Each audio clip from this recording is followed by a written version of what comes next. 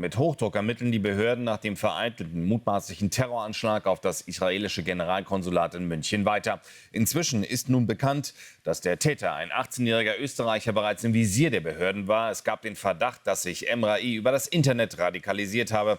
Außerdem wurde gegen ihn ein Waffenverbot bis 2028 in der Alpenrepublik verhängt. Dennoch kam er in den Besitz eines Gewehres. Der junge Mann mit bosnischen Wurzeln wurde bei dem Schusswechsel am Tatort erschossen. Wohnhaus und Nachbargebäude sind evakuiert. Schwer bewaffnet rückt die Polizei am Donnerstagabend mit einem Großaufgebot im österreichischen Neumark am Wallersee an. Hier soll der mutmaßliche Attentäter von München zusammen mit seinen Eltern gewohnt haben. Wie angesprochen, gehen wir derzeit von einem radikalisierten Einzeltäter aus. Wir gehen derzeit nicht von weiteren Mittätern aus, müssen abwarten, was das Ermittlungsergebnis dann aber bringt. In der Nähe von Salzburg in einem beschaulichen 6.600 Einwohnerort, knapp 2 Stunden von seinem späteren Anschlagsziel, lebte der mutmaßliche Terrorist.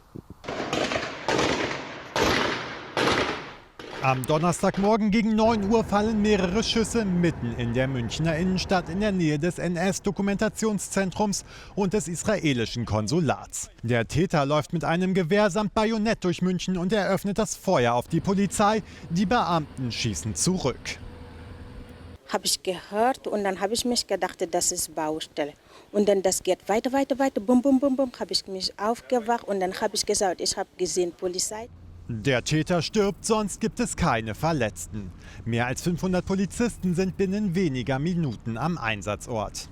Nach dem, was wir jetzt in Zusammenarbeit mit den österreichischen Behörden im Laufe des Tages ermittelt haben, ist es so, dass der Täter heute früh von seiner Salzburger Heimat aus losgefahren ist, ganz gezielt nach München, hier in die Brienner Straße, dort sein Auto geparkt hat, dort ausgestiegen ist mit dieser Langwaffe und übrigens eine Reihe zusätzlicher Munition noch im Auto und dann angefangen hat, da herumzuballern.